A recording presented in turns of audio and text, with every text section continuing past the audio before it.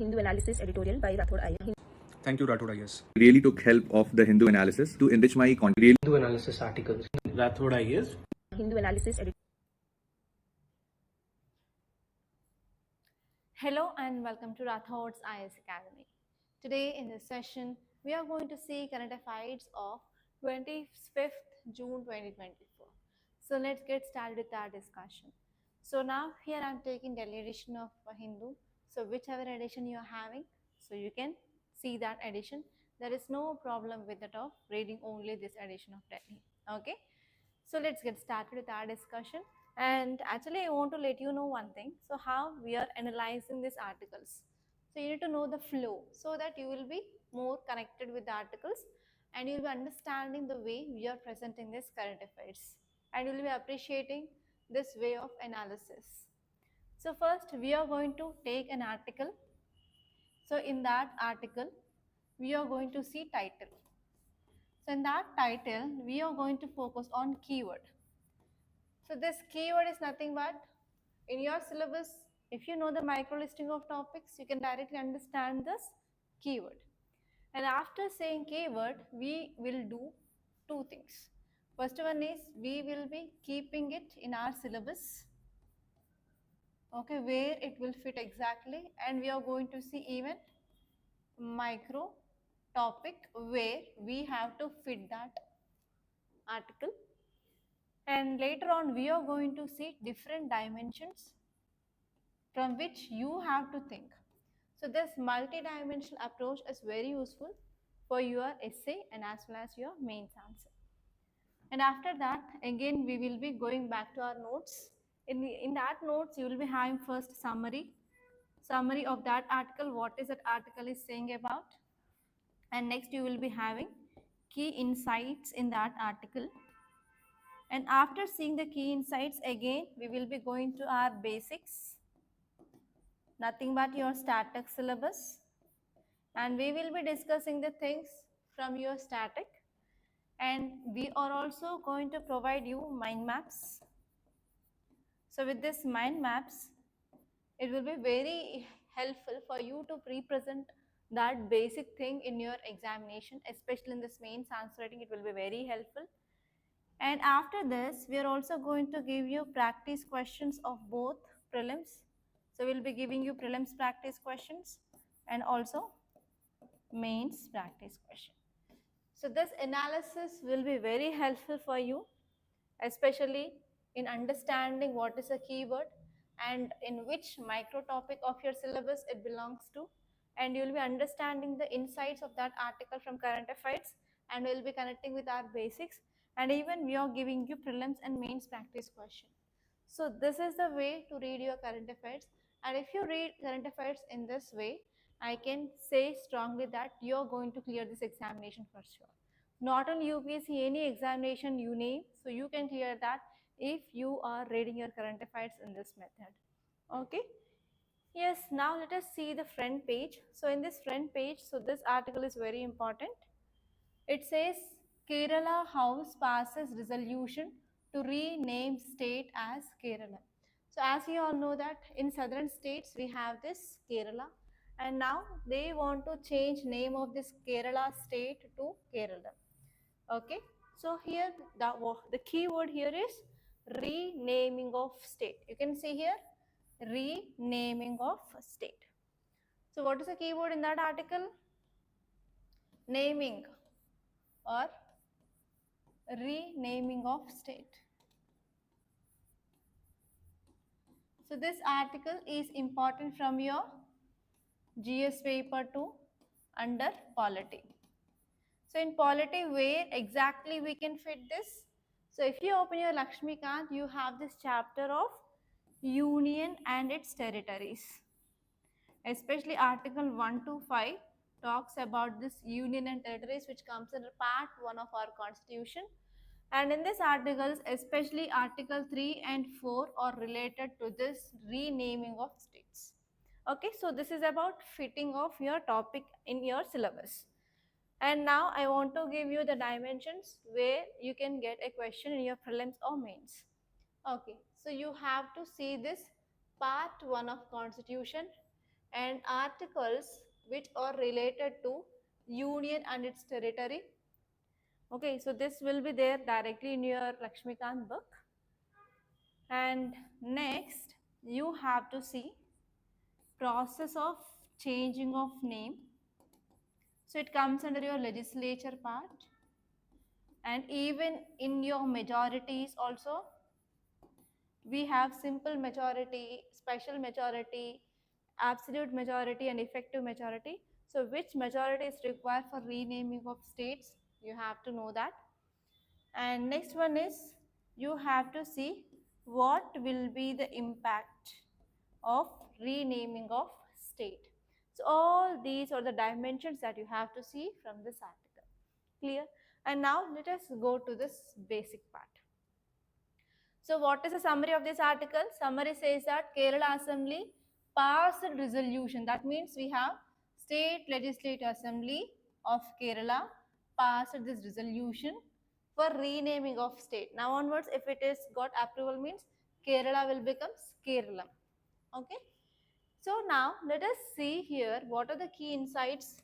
So the resolution for this renaming of Kerala to Kerala, which reflects state's desire to align with the official name or with its Malayalam pronunciation. So actually we have state-based language, right?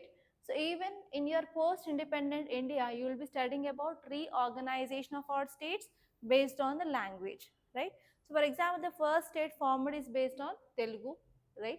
So in the same way here, Malayalam is the official language of Kerala state. So in that name, okay, in that Malayalam pronunciation, so they will call this Kerala as Kerala. And now here Kerala state decided to rename its state as it's based on Malayalam pronunciation. So here now Chief Minister of State of Kerala passed this resolution in Kerala Assembly. Okay, and they want to come up with a constitutional amendment, that is change in the constitution as per according to Article 3 of Indian Constitution. So whenever we are changing the names or anything, yes, that should be reflected in our constitution. So how that can be reflected? So whenever we are making amendment or changes in the constitution, yes, that can be reflected. So under which article we have to change now? So we have to change Article 3 of Indian Constitution. Okay, and here now again language came into picture. It is according to the Malayalam pronunciation they want to change, right? So where about this languages which is written in our constitution? So in our constitution, this 8th schedule is talking about languages. Okay, that is the one important thing that again you need to know. Okay, so if you see here, so they want to change their name based on language. That means now we can understand, so this state is giving priority for language. That means linguistic, and they are focusing on cultural identity. Yes or no? They are giving prominence to linguistic and cultural identity in state governance process. So here you can get a mains question like, so what is the importance of linguistic and cultural identity in state governance and administration? That I can directly take from this article itself. So in this way also you can get question in your examination, your mains. So now let us go to basics and let us see the constitutional provisions, so which are relevant to states and union territories, especially renaming of states. So as I said, there are two articles which are very much relevant. So first one is Article 3 and second one is Article 4. So if you want to change the name of any state, we have to change these articles. So Article 3, which says that Article 3 deals with formation of new states, first thing. And next one is it also deals with alteration of areas. That means expansion of area or decreasing of areas or changing of boundaries or even names of existing states. So now we need to change this article because it is focusing on names of existing states, right? And the parliament by law, they can form a new state and even alter the boundaries of existing states or change the name of the states. And next one is no bill for this purpose shall be introduced except on recommendation of the president. So for this, yes, we need the recommendation of president. And the proposal which is affecting area, boundaries or name of any state, the bill must be referred by the president to the legislature so that that state for expressing its views. So for that, it is saying that yes, we need to take some recommendation from president if it is affecting any other state by boundaries or name of the state. Clear? So this is about entirely what this Article 3 of our Constitution says.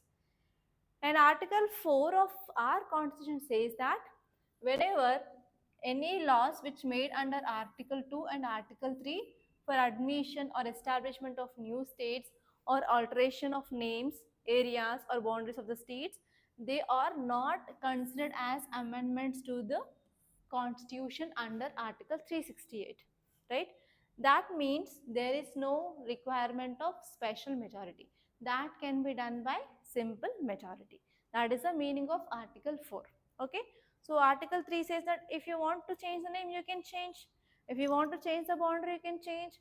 If you want to increase the state size or decrease the state size, you can take. But you have to make some changes in the Constitution, but it is not coming under Article 368. So if you want to change our Constitution under Article 368, you need special majority. But here in the case of changing of names of state, there is no need of special majority. We need simple majority. That is the meaning under this Article 4 of Constitution. So these are the things that you have to know. Yes, now I want to give you mains question and prelims questions. So try these questions, guys. So which article of Indian Constitution deals with the formation of new states and alteration of areas, boundaries or names of existing states? Article 2, Article 3, Article 4 and Article 368. Now you can tell, but what if I will ask the same question after 1 month, you will be getting confused. So you should be very much sure about these articles. So in this way also simple questions you can get in UPSC.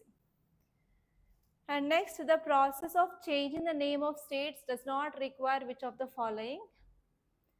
So first one is resolution by state legislative assembly, approval by the governor of state, and next one is passage of bill by parliament, and next one is presidential assent. So in the morning class, I gave you homework regarding what is the procedure of name changing, right? So if you do that work, then you can understand easily this question. Okay, so for online students, so please do research regarding what is the procedure to be followed to change the name of the state. And even in a Lakshmikant also we have detailed procedure, so go through that once, and after that you can give the answer for this question. Okay, and next I want to give you one mains question. Discuss, the keyword here is discuss.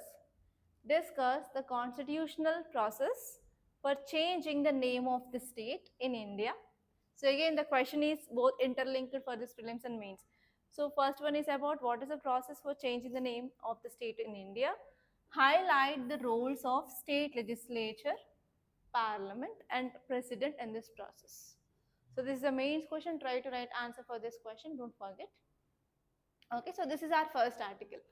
Yeah, next article here is Mamta says Bengal must be involved in any talks on sharing of Teesta water. So what is the keyword? Keyword here is Teesta. So what is this Teesta? Do you have any idea Teesta? Yes, very good. Okay, Teesta. It is talking about Teesta river issue. So when I discussed about a micro listing of topics, especially when I discussed about India-Bangladesh bilateral relations, we discussed about this topic of Teesta river water issue between India and Bangladesh. Okay, so let us dig deeper into this topic.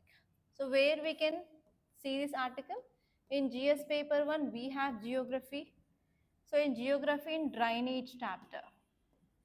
In drainage means nothing but you will be studying about different rivers.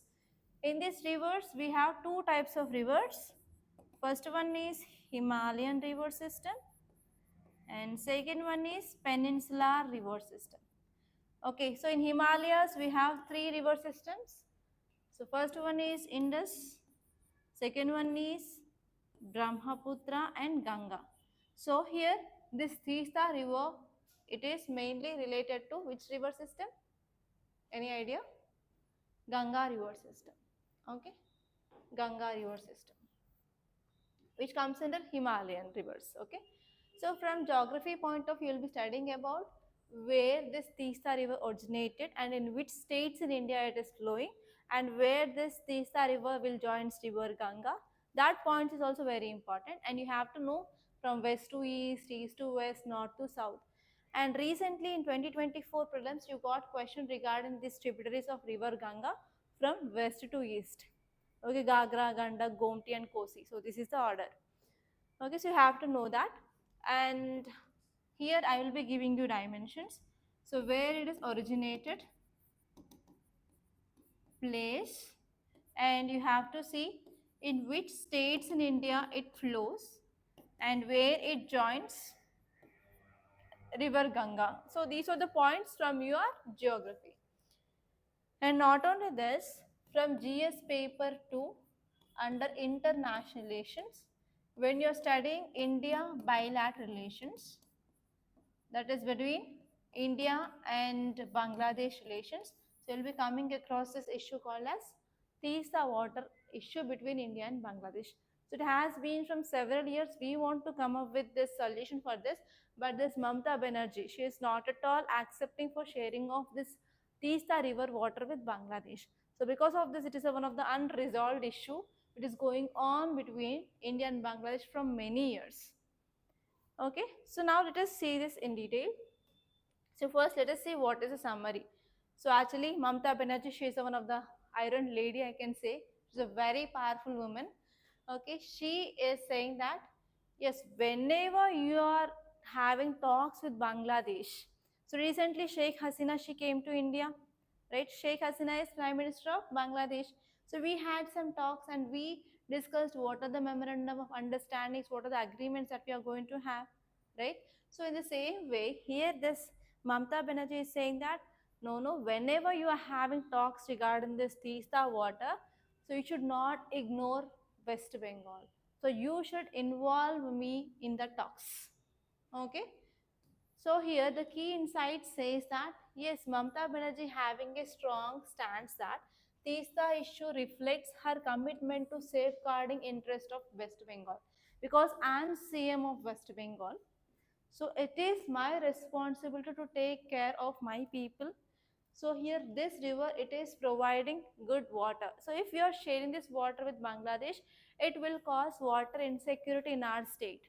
Okay, so what are the promise I made to my people, I have to stand on my promise, so that yes, because of this we can understand that she is a very strong leader, and also she is having a dedication to protect her people. So even in your ethics, whenever you are writing about dedication topic, so you can add this article as a case study. So Mamta Banerjee, she is dedicated in this Teesta water issue, and she want to ensure water secure for her people in her state. Okay, so it is one of the strong example. So from since years onwards, it is not moving forward, so that you can understand how strong she is, how committed she is, and how dedicated she is. Okay, so that thing that we can understand about strong leadership. And even in your ethics also you have this quality foundational value for civil servants, in that we have leadership also. So here you can see directly word strong leadership, right? So in that strong leadership you can add about this Mamta Banerjee, about this Teesta water issue, clear understanding how to get the case studies and examples. So when I start ethics classes, I will be asking this type of examples only. So you have to note it down wherever you are getting in current affairs. Okay, next one is Chief Minister. She wrote a letter to Prime Minister about state involvement in bilateral discussions and crucial matters regarding this water sharing. Okay, that is the thing. And why she is very committed and very dedicated, because so if they are going for sharing of this river Teesta water with Bangladesh, then people of northern Bengal, they will be having some challenges. Okay, they will be facing this security, water insecurity, etc. So because of that, she don't want to share this Teesta water with Bangladesh. Okay, that is the thing.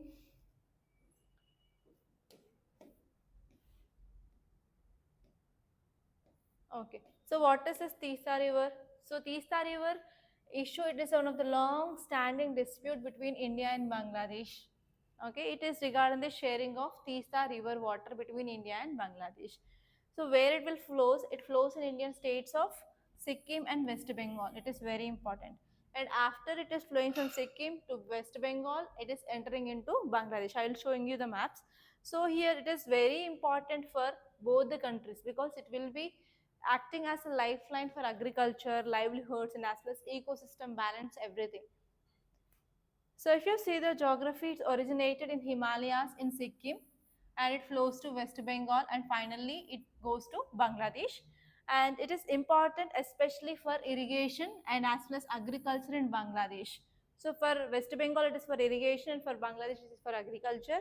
So for that here always Bangladesh wants to bring more water for their people and this West Bengal they want to protect the interest of people and she is very determined and dedicated. So that is the issue. And since year onwards, yes, it is not moving forward also. So here, if you're talking about what is this dispute between India and Bangladesh, so the key issue is sharing of this Teesta water, especially at least during dry season. Dry season means nothing but during summer season. So everyone will be facing water insecurity, that is decreasing of water because of high temperature, and at that time there will be no proper rainfall, everything. So they want water for sustenance of their agriculture. Okay, so that is one important thing. And actually India and Bangladesh, they have not finalized this water sharing treaty.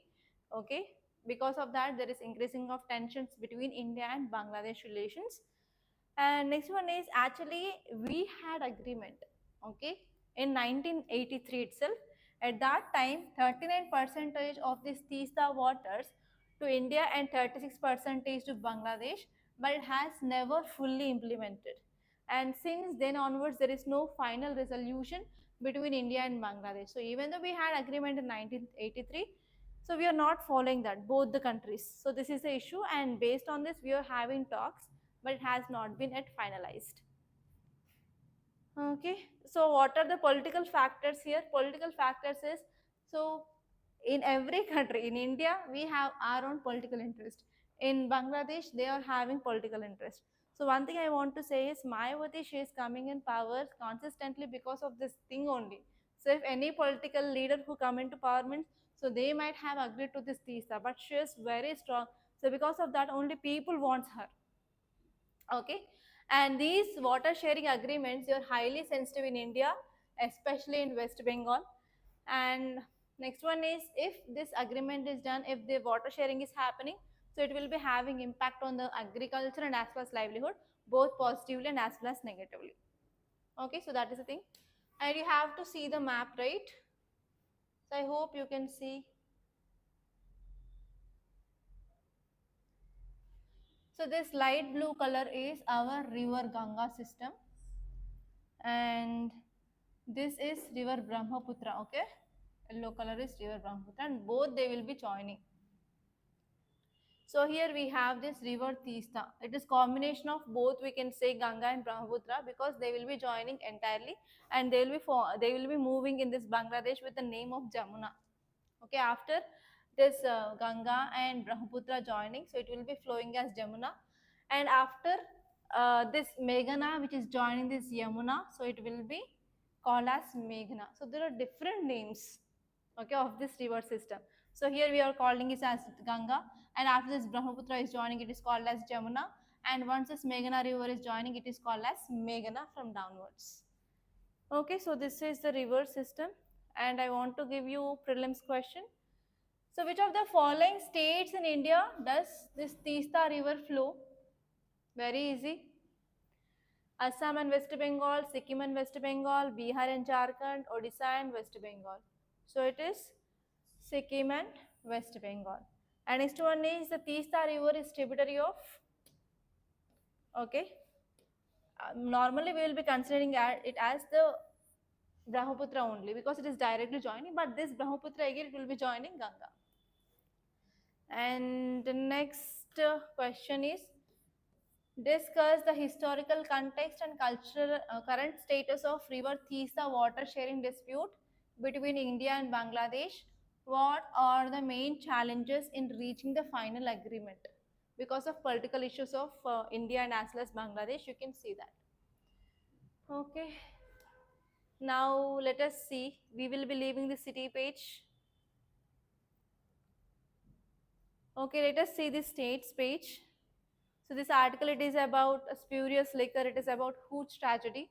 So we had enough discussions on that. Mhm.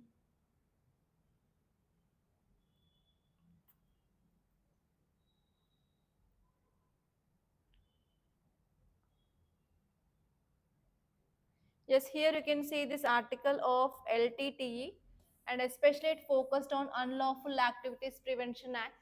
So many a times we had discussion regarding this UAPA. Again, you have to revise the topic. We are not going to take this for discussion. And even again, there is POXO, always will be there in news. So I will be giving you the list of commonly seen topics in news so that you will be not focusing on that much. You will be preparing notes once. Okay, and you will be revising on that. Yes, here you can see very important article. It says Srinagar's World Craft City tag will promote global links. So here you have to focus on what is this World Craft City. Okay, and even if you're preparing for any other state service examination also, you will be getting that type of question. So it is talking about World Craft City.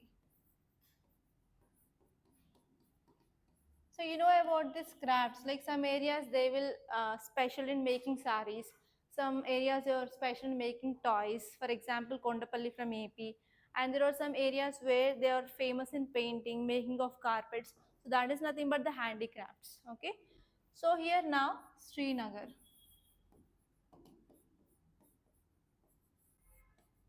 Okay, now it is coming under Srinagar. Srinagar got this. So it is important from GS paper 1 under art and culture. Under art and culture, we can fix this topic. And what are the dimensions here? So first one is you have to understand what is this World Craft City and which organization gives this status. And you have to see some examples other than this Srinagar, which are the other areas got this World Craft City status. So this is very important from your prelims point of view. So what is the summary? Summary says that Srinagar got the status or tag of World Craft City, and they want to now promote global links with Central Asia and Iran. So whenever we are getting this tag here, what happens? So once, okay, let me give my own example. So once this Rathods IAS Academy got the very good status or anything, so everyone will come and will join here, right? So what happens in the same way, if any craft is getting the status, then it will get good markets in other countries also. So we want to grab this Central Asia and as well as Iran markets, because now this Srinagar, what are the products from the Srinagar? So they will be having good market in these areas. Okay, so that is the thing. Okay, so if you see the key insight, it says that why the Srinagar got this tag, because of good skill and even because of good heritage of Kashmir, and it wants to boost its traditional linkages with Central Asia as well as Iran. And especially they are focusing on craft centers in Central Asia and as well as Iran, and they want to become as a global partners. Okay, throughout the world they want to increase there. And actually they are going for exchange of 14 Iranian craft cities, and Srinagar recognition as this world craft city, which opens avenues for cultural exchange and as well as collaboration. So whenever we are getting this kind of tax and whenever we are increasing our presence in the other countries, so automatically what happened, there will be exchange of culture. So we will be getting some areas of collaboration, so we can also work with them and they will be working with us. We can have the proper technological improvement, and we can have the improving of the trade markets also. That is the thing which mainly said. And even we can preserve our own culture, our own crafts, and even we can promote our rich heritage with the other countries as well. So that is the thing. So if you see this World Craft City, it refers the cities that have been recognized for exceptional commitment to preserve, develop and promote their local crafts. So what are the local crafts are there? So they are promoted, they are also saved and they are also developed. So for that only they are giving this tag called as World Craft City. And actually these cities they receive this recognition from this World Craft Council. So we have one council, so it will be identifying which are the local crafts are there, so how they are preserving, how they are protecting, and how they are promoting, how they are developing. So based on their steps here, so World Craft Council will be giving this tag to certain areas, and they will be promoting those crafts globally. Globally means across the world. So what is the significance why we need this type of tags called as World Craft City? So first one is for improving of cultural heritage. Cultural heritage and as well as traditional craftsmanship, we can promote that. And also we can promote our local crafts. And as well as whenever we are improving our products, means obviously that will be contributing to our economy. So we can increase our economy, and as well as we can also increase tourism and as well as trade. And next one is we can also getting recognition across the globe, that is called as global recognition. And also we will be focusing on sustainable practices, because people they will be working on the local crafts. For example, do you know about the bangles? They are made up of bamboo. They are very famous in some areas. Okay, so normally in some areas they will be using synthetic colors which are made from animals and as well as plants, etc. They will be not using chemicals. So normally these local crafts, why they are having prominence, and even handicrafts are like costly than compared to that of other artificial things. Why? Because they are having their own culture, and based on that culture they will be promoting them, and based on the learnings which is from traditional knowledge they will be using that. So because of this we can automatically promote the sustainable things. Earlier times the people used to make the things which are biodegradable. They do not use, they don't have any knowledge of plastic at that time, right? So because of this, whenever we are promoting our local crafts, that will encourage sustainable and ethical practices also. We can reduce waste. Yes, now let us see the questions. Which organization is primarily responsible for designating World Craft cities? Obviously, World Craft Council. Option B is the correct answer. And next one is which craft the city of Jaipur in India particularly known for? So apart from this Srinagar, so earlier Jaipur got this because it is famous in carpets. Okay, so because of that you have to know before this Srinagar which are the areas they got this tag. And now I want to give you one mains question. Discuss the significance of World Craft City designation. How does it contribute to the preservation and promotion of traditional crafts? Okay. So what is significance? I already said for culture, everything. And you have to see how they are contributing for preservation of this culture. Yes, now let us see the next topic. Directly we have to move on to editorial page, and this topic is it is about Manipur issue. Yesterday we studied about the finding of batteries that will be used in the drones across the border. So it is one of the cause of concern. So the same thing which appeared in the lead article. So we are not going to see that. And this article is very important. It is talking about Indian Himalayan region. So Himalayas is the keyword that we have to focus on. Okay, Himalayas. So where we can connect this topic? GS paper 1 under geography, specifically in Indian geography, physiographic divisions. Okay, in this physiographic division, so we'll be studying about Himalayas, plateaus, plains, coastal plains, islands, deserts. So there we can connect. Okay, so what are the dimensions that you have to see? First, you have to see about Himalayas. And in this Himalayas, you have to see division of Himalayas, longitudinal division and horizontal division. So we have Trans Himalayas, Greater Himalayas, Lesser Himalayas, Sivalics. So they will be like long latitudinal, and longitudinal means like this. We have Punjab Himalayas, Komun Himalayas, like that. We have division of Himalayas. You have to know that, and you have to see how these Himalayas are formed. And in mountain topics you will be studying about different kind of mountains, like block mountains, folded mountains. So on this folded mountains in 2022 you got question like which of these mountains are examples of folded mountains. So in that way you will be getting question. So this Himalayas is one of the young folded mountains. So not only Himalayas, in India we are also having other folded mountains, that is Aravalli. Aravalli is old folded mountain, it is young folded mountain. right? And you have to know how these folded mountains are formed. And next, from environment and ecology, we have to think about climate change. So climate change, how it is impacting this Himalayas. So what are the negative impacts we are going to see on this Himalayas because of this climate change? So what are the events that we are facing? So recently we studied about increasing of incidents of landslides and as well as cloudburst, and even there is increasing of melting of glaciers, and as well as rising of sea level because of melting of glaciers, right? And even glacial lake outburst floods. So these are some important events that we are facing now because of this climate change. So if government is not taking proper policies and proper laws, everything, so we are the persons we are going to impact by this. So that is the thing which is given here. And now let us see the points which are given in this article. So here quote says that we have to focus on sustainable development in the Indian Himalayan region. So if you're not focusing on that, if you're having continuous disasters, means obviously who will be get impacted? People. So it is a responsibility of the government to protect the life of people, because we are having the concept of welfare state. Democracy is nothing but for the people, by the people, of the people. Everything is related to people. So people are directly electing our elected representatives, right? So it is our responsibility of government to take care of people, right? So that is the thing which is given here.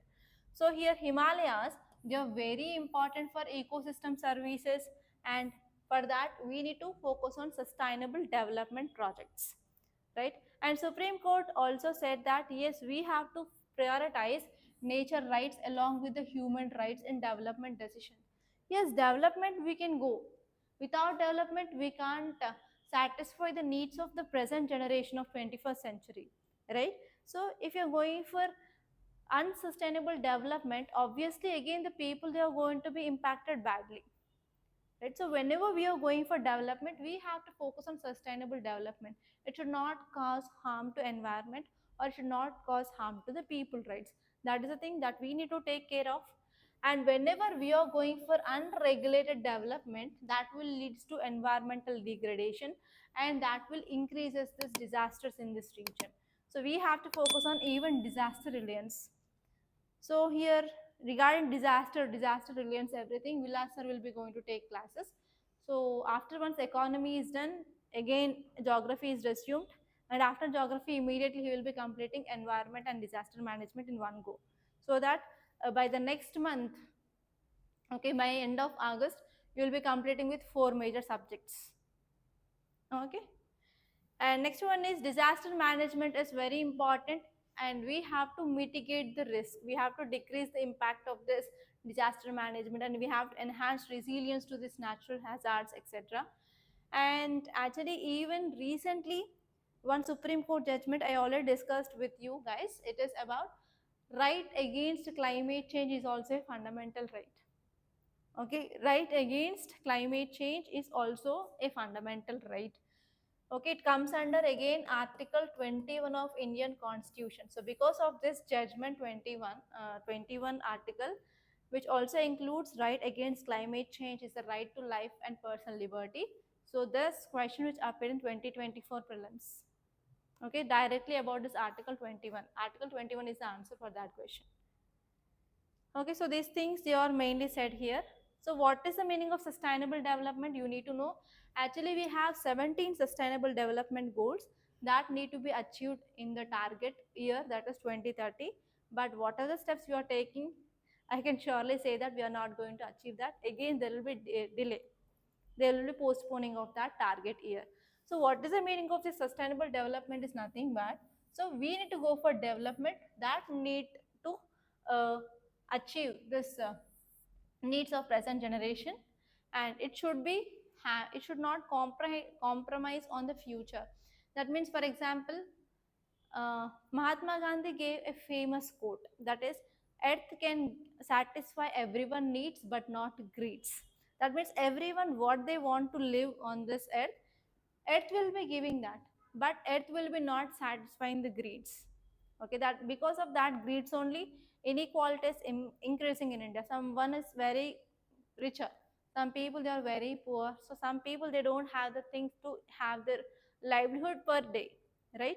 So here this sustainable development says that now whatever you want you can do, but it should not compromise on the future generations. For example, to understand this, I will give you one example. Okay, so now we need energy, right? That power. So power we are generating by coal, especially thermal coal production is very high. So nowadays what happened because of heat waves? So there is increased demands of ACs, coolers. To run them again, there is increased demand for power. So yes, sustainable development is saying that use according to your needs, but you should not exploit. Okay, so if you are going and mining all these coal reserves now, so what will be there for the future? So we have to even think about our future generations. Okay, so that is the thing which is said in this sustainable development. So it says that you can go for development that should meet the needs of the present generation, but it should not compromise on the future generation. Okay, so that is the meaning of sustainable development. So here, actually the sustainable development, it is not a single concept, it is like a bunch of concepts, they are together. It considers environment, it considers economy, and as well as social dimensions. Everything will be included in this sustainable development. So what are the key principles? There are 4 key principles of the sustainable development. So first one is, it is saying about intergenerational equity. So intergenerational equity means nothing but in now present generation we are enjoying the things. So next generation should also enjoy the same things like us, and next generation also they have to enjoy the same things. So that is the concept. That is the one principle of intergenerational equity. Clear? And next one is, we need integrated approach. So we have to balance our environment, we have to balance our society, economic factors. We have to take all these things into consideration while you are taking any decision. Okay, and next one is, we have to focus on even precautionary principle. So whenever you are taking any steps to prevent environmental degradation, so that should be based on the scientific evidence, it should not like on the paper sake. Okay, and this one is, we have to engage all stakeholders and even local communities, marginalized people in development process. Because if you're going for laying of road there, so who will be the people affected? The people who are there in that region. So whenever you want to have any development projects, for example you want to build a thermal power plant, or if you want to go for mining in that area, so who will be the affected? The local people. So always you have to take consideration this marginalized sections or the local peoples whenever you are going for development projects. Okay, so these all are the some important principles of the sustainable development. And what are the strategies for achieving this sustainable development? It is very important. How can we achieve this sustainable development? So first one is, we need to have a proper policy integration. So we have to integrate sustainable development into national policies and planning. So whenever I'm saying sustainable development, I should come up with something. So then only I can say this is sustainable development example like that. So you have to come up with the planning, proper policies, proper laws regarding this. Then only we can achieve this, or else we can't achieve this. And next one is, we have to adopt business. Okay, any business if you want to promote, so you have to promote those business by the sustainable methods. For example, if I want to Mm, if I want to start so and so thermal power plant, so I'll be releasing emissions and it will be having negative impact on environment, right? So government need to ask me that you have to make this power sustainable, like at least to decrease some emissions, or at least you can divert to other alternative sources of green energy like that. And next one is, we have to invest in renewable energy. So that what happen whenever we are investing in this renewable energy, so we can decrease carbon emissions or greenhouse gas emissions. So it is also one sustainable thing. And next one is, whatever the resource or that we have to use them properly. Okay, and we should not waste them, and we have to try to decrease the waste.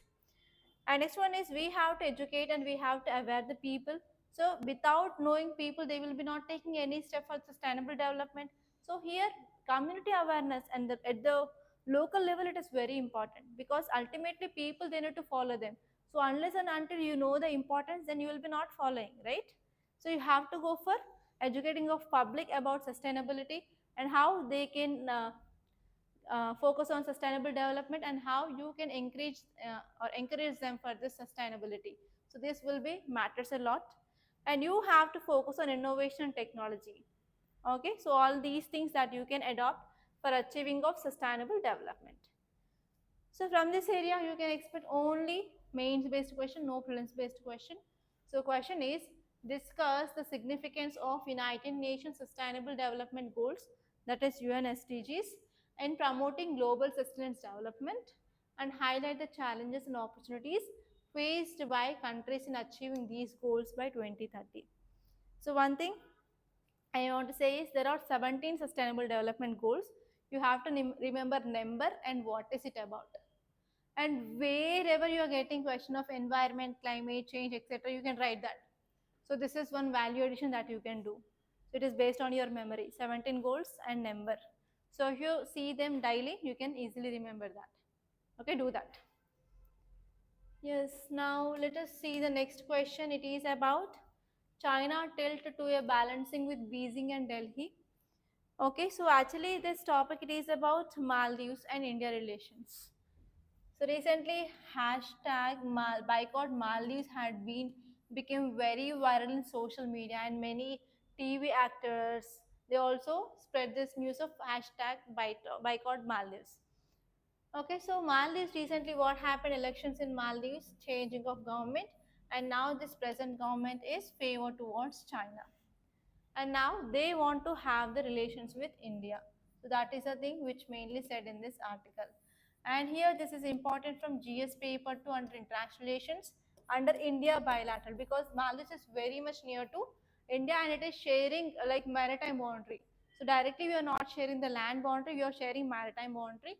So because of this it comes under India neighborhood relations. Okay. Okay, let us see this. So what is the summary? So President of Maldives is recalibrating his foreign policy, and he wants to balance relationship with India and as well as China, because now it is facing economic challenges. So till now they were towards China, but now they are facing economic challenges. So because of this now they want to shift towards India. Okay. So actually here the present president of Maldives, he always have pro-China policy. Pro means friend to this China policy. Okay. And now it is facing challenges because of Chinese reluctance to provide new loans and to focus on grants. So actually what happened? So wherever China steps there, that country will fall into financial crisis. So why I'm saying, because recently Sri Lanka also went to crisis, and because of that Sri Lanka it went to IMF, and even Pakistan, China, they are close friends, and even Pakistan also faced economic crisis recently, and it also went to IMF because of balance of payment crisis. So now this Maldives is also in that situation. So here they want to come up with good relationship with India. So that is the thing here. And now China is not providing the loans and is not giving any grants to Maldives. Because of that, it is facing some financial issues. So now they want to move towards India. So the Maldives is grappling with economic difficulties now, like debt to GDP ratio, and there are very low reserves. So whenever there are very low reserves, we are calling it as balance of payment crisis, right? And next one is debt servicing obligations, and it wants to get help from India and as well as China, but China is not showing any interest. Okay, so because of this, they want to improve relationship with India. And India is also having accommodative policy towards Maldives. So despite of anti-India rhetoric, so actually here our country which is having soft power to almost all the countries. We are not harsh much like China and Pakistan. Actually, we have a commitment to engaging with this Maldives, and even we are focusing on increasing of assistance, that means help to this Maldives, and we're also going to have high level engagements, that is meetings with this Maldives. So in this way here, we are showing some signal that yes, we are there and we are willing to help this Maldives. So these are the things which are going on.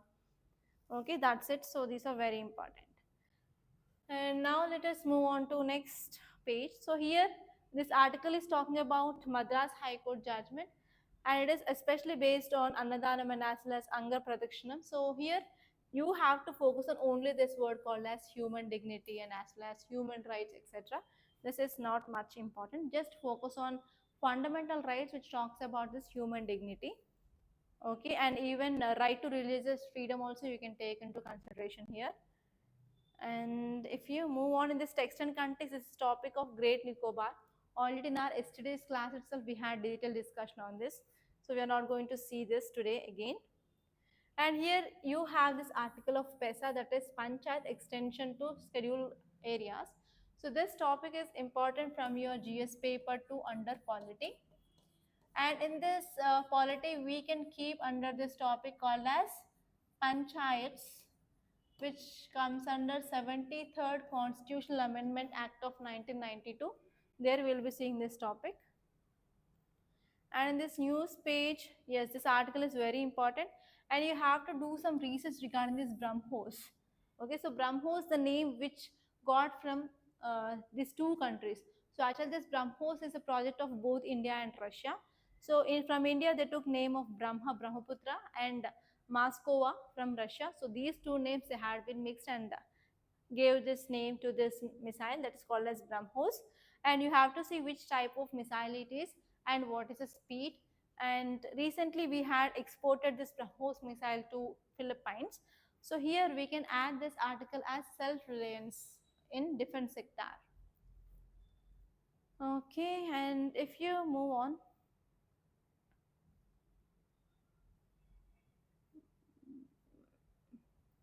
and here you can see this word surrogacy.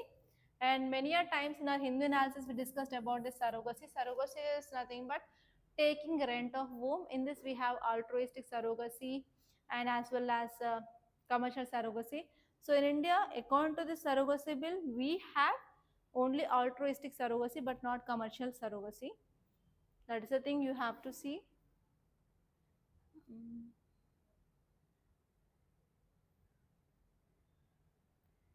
Yes, now here you can see current account. So we'll be seeing about this current account and capital account in your budget chapter. So when it is getting started, you will be getting some idea. Okay, I'm not going to take this. And next one is about critical minerals. Already we had enough discussion regarding this critical minerals recently. And in this world page, yes, here you can see about this topic, that is lithium battery factory which had got this fire. So actually we are getting lithium imports from other countries. So we don't have self-sufficient lithium batteries in India and production of lithium batteries in India. But these lithium batteries are very helpful for electric vehicles, and we are promoting this use of electric vehicles because of transition from non-renewable to renewable source of energy.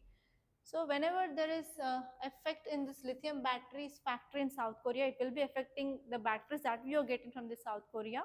So because of this, in future, wherever in which applications, which appliances we are using this lithium ion battery, there will be some impact, negative impact, and there will be increasing of price of this products. That you have to think.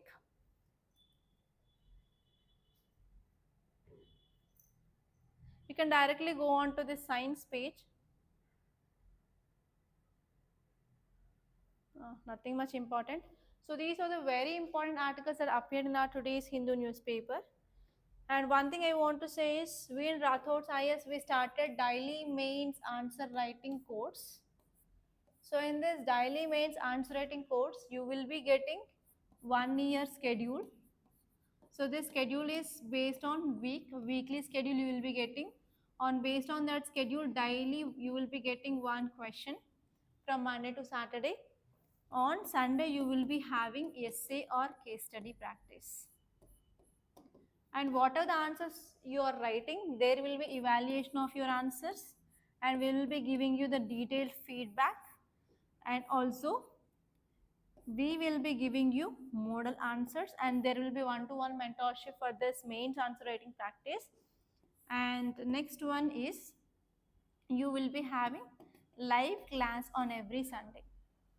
Okay, so for this course, cost is 8,200 rupees for 1 year, and if you can't pay this amount, you can pay in 2 installments also. So if any queries regarding this answer writing course, you can call me on this number. 8074765513. And even this is WhatsApp number, you can text me on WhatsApp as well. And if you want to improve your answer writing skills and if you want to gain the art of answer writing, then there is no choice, you can join this course. Okay, so that's all guys. I hope you understand this class. So please do like this class and please do share this class to your friends.